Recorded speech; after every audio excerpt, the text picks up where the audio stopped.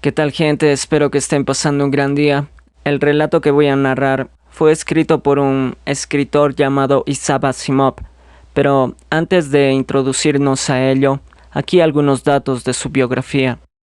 Isaac Asimov nació en Petro Beach el 2 de enero de 1920 y murió en Nueva York el 6 de abril de 1992. Está considerado como uno de los más grandes escritores de ciencia ficción de todos los tiempos. Nacido en Rusia, su familia decidió emigrar a Estados Unidos cuando Asimov solo contaba con 3 años de edad. Se crió, pues, en Brooklyn, Nueva York, donde su padre mantenía una tienda de venta de golosinas y revistas. Desde pequeño ya demostró su interés por la ciencia ficción, siendo un ávido consumidor de revistas pulp.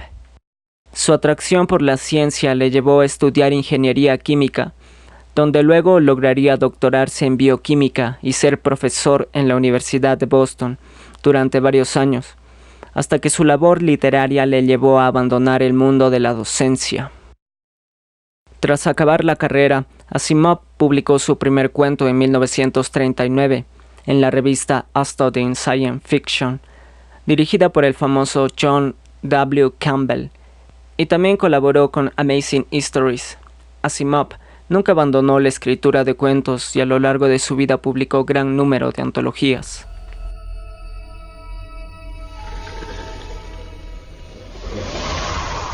Treta tridimensional. Vamos, dijo Sharpur con bastante cortesía, considerando que se trataba de un demonio. Está usted desperdiciando mi tiempo, y el suyo propio también. Podría añadir, puesto que solo le queda media hora. Y su rabo se enroscó. ¿No es desmaterialización?, preguntó caviloso Isidore Wilby. Ya le he dicho que no. Por 100ª vez, Wilby miró el bronce que le rodeaba por todas partes sin solución de continuidad. El demonio se había permitido el impío placer. ¿De qué otra clase iba a ser? De señalar que el piso, el techo y las 4 paredes carecían de rasgos diferenciales y estaban formados todos ellos por planchas de bronce de 60 centímetros, soldadas sin unión. Era la última estancia cerrada, y Welby disponía solo de otra media hora para salir de ella. El demonio le contemplaba con expresión de concentrada anticipación. Isidore Welby había firmado 10 años antes, que se cumplían aquel día. Pagamos de antemano, insistió Sharpur en tono persuasivo. 10 años de todo cuanto desee, dentro de lo razonable. Al final pasará a ser un demonio, uno de los nuestros, con un nuevo nombre de demoníaca potencia. Apenas se dará cuenta de que está condenado. De todos modos, aunque no firme, tal vez acabe igual en el fuego, por el simple curso de los acontecimientos. Nunca se sabe. Fíjese en mí, no lo hago tan mal. Firmé, disfruté de mis 10 años, y aquí estoy. No lo hago tan mal. En ese caso, si puedo terminar por condenarme, ¿por qué se muestra tan ansioso de que firme?, preguntó Welby. No resulta tan fácil reclutar directivos para el infierno, respondió el demonio con un franco encogimiento de hombros, que intensificó el débil olor a dióxido sulfúrico que se advertía en el aire. Todo el mundo especula para llegar al cielo. Una pobre especulación, pero así es. Yo creo que usted es demasiado sensible para eso. Pero entre tanto, nos encontramos con más almas condenadas de las que somos capaces de atender, que una creciente penuria en el plano administrativo. Welby, que acababa de ser licenciado del ejército, con muy poco entre las manos, a excepción de una cojera y la carta de despedida de una muchacha a la que en cierto modo amaba aún, se pinchó el dedo y suspiró. Lógicamente leyó primero el pequeño impreso. Tras la firma con su sangre, se depositaría en su cuenta cierta cantidad de poder demoníaco. No sabía en detalle cómo se manejaban aquellos poderes, ni siquiera la naturaleza de los mismos. Sin embargo, vería colmados sus deseos de tal modo que parecerían el producto de mecanismos perfectamente normales. Desde luego, no se cumpliría ningún deseo que interfiriese con los designios superiores y con los propósitos de la historia humana. Welby enarcó las cejas ante esta cláusula. Shapur carraspeó. Una precaución que nos ha sido impuesta por... arriba, sea razonable. La limitación no le supondrá obstáculo alguno. Parece también una cláusula de trampa. Algo de eso, sí. Después de todo, hemos de comprobar sus aptitudes para el puesto. Como ve, se establece que al finalizar sus 10 años habrá de ejecutar una tarea para nosotros. Una labor que sus poderes demoníacos le harán perfectamente posible realizar. No le diremos aún la naturaleza de esa tarea, pero dispondrá de 10 años para estudiar sus poderes. Considere toda la cuestión como un examen de ingreso. ¿Y si no pasó la prueba, qué? En tal caso, respondió el demonio. Será usted una vulgar alma condenada. Y como al fin y al cabo era demonio, sus ojos fulguraron humeantes ante la idea, y sus ganchudos dedos se retorcieron como si los sintiera ya profundamente clavados en las partes vitales de su interlocutor. No obstante, añadió con suavidad. Oh, vamos. La prueba será sencilla. Preferimos tenerle como directivo que como un alma más en nuestras manos. A Welby, sumido en melancólicos pensamientos sobre su inasequible amada, le importaba muy poco por el momento lo que sucediera al cabo de 10 años. Firmó. Los 10 años pasaron rápidamente, como el demonio había predicho. Isidore Welby se mostró razonable y las cosas marcharon bien. Aceptó un trabajo y como aparecía siempre en el momento adecuado y en el lugar oportuno y siempre decía la palabra apropiada al hombre apropiado, alcanzó pronto un puesto de gran autoridad. Las inversiones que hacía resultaban invariablemente beneficiosas, y lo más gratificante era que su chica volvió a él con el arrepentimiento más sincero y la más satisfactoria adoración. Su casamiento fue feliz y bendecido con 4 criaturas, 2 varones y 2 hembras, todos ellos inteligentes y con un comportamiento razonable. Al final de los 10 años, se hallaba en la cúspide de su autoridad, reputación y riqueza, en tanto que su mujer, al madurar, se había vuelto todavía más bella, y a los 10 años, en el día justo, naturalmente, de establecer el pacto, se despertó para encontrarse, no en su dormitorio, sino en una horrible cámara de bronce, de la más espantosa solidez, sin más compañía que la de un ávido demonio. Todo lo que tiene que hacer es salir de aquí y se convertirá en uno de los nuestros, le explicó Shapur. Lo conseguirá con facilidad, empleando con lógica sus poderes demoníacos, siempre que sepa cómo manejarlos. A estas alturas debería saberlo. Mi mujer y mis pequeños se inquietarán mucho con mi desaparición, dijo Welby, con un comienzo de arrepentimiento. Hallarán su cadáver, manifestó el demonio, en tono de consuelo. Habrá muerto al parecer de un ataque al corazón. Celebrarán unos funerales magníficos. El sacerdote anunciará su subida al cielo, y nosotros no le desilusionaremos, como tampoco a quienes le estén escuchando. Vamos, Welby, dispone usted de tiempo hasta el mediodía. Welby, que se había acorazado en su inconsciente durante los 10 años para este momento, se sintió menos asaltado por el pánico de lo que podía haberlo estado. Miró inquisitivo a su alrededor. ¿Está herméticamente cerrada esta habitación? ¿No hay aberturas secretas? Ninguna en paredes, piso o techo, dijo el demonio con deleite profesional ante su obra. Ni tampoco en las intersecciones de cualquiera de las superficies. ¿Va a renunciar? No. Deme tan solo tiempo. Welby meditó intensamente. No había señal alguna de cierre en la estancia. Sin embargo, se notaba como una corriente de aire. Tal vez penetrase por desmaterialización a través de las paredes. ¿Acaso también el demonio había entrado así?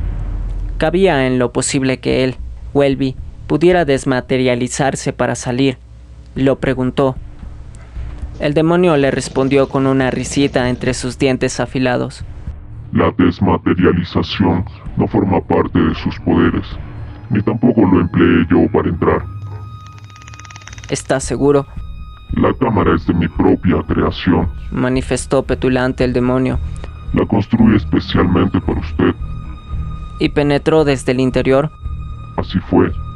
¿Y yo también podría hacerlo con los poderes demoníacos que poseo? En efecto. Mire, seamos precisos. No puede moverse a través de la materia, pero sí en cualquier dimensión, por un simple esfuerzo de su voluntad, arriba y abajo, a derecha e izquierda, oblicuamente, etc. Mas no atravesar la materia en modo alguno. Welby siguió cavilando mientras Shapur le señalaba la suma e inconmovible solidez de las paredes de bronce, del piso y del techo, y su inquebrantable acabado. A Welby le pareció obvio que Shapur, por mucho que creyera en la necesidad de reclutar directivos, estaba pura y simplemente conteniendo su demoníaco placer ante la posibilidad de ver en sus garras una vulgar alma condenada para jugar con ella al gato y al ratón. Cuando menos, dijo Welby, con afligido intento de aferrarse a la filosofía. Me quedará consuelo de pensar en los 10 felices años de que disfruté. En absoluto. Denegó el demonio. ¿Qué clase de infierno sería si se permitiesen consolaciones? Todo cuanto uno obtiene en la tierra por pacto con el diablo, como en su caso, o el mío, es punto por punto lo mismo que se habría logrado sin tal pacto, de haber trabajado con laboriosidad y plena confianza en... arriba.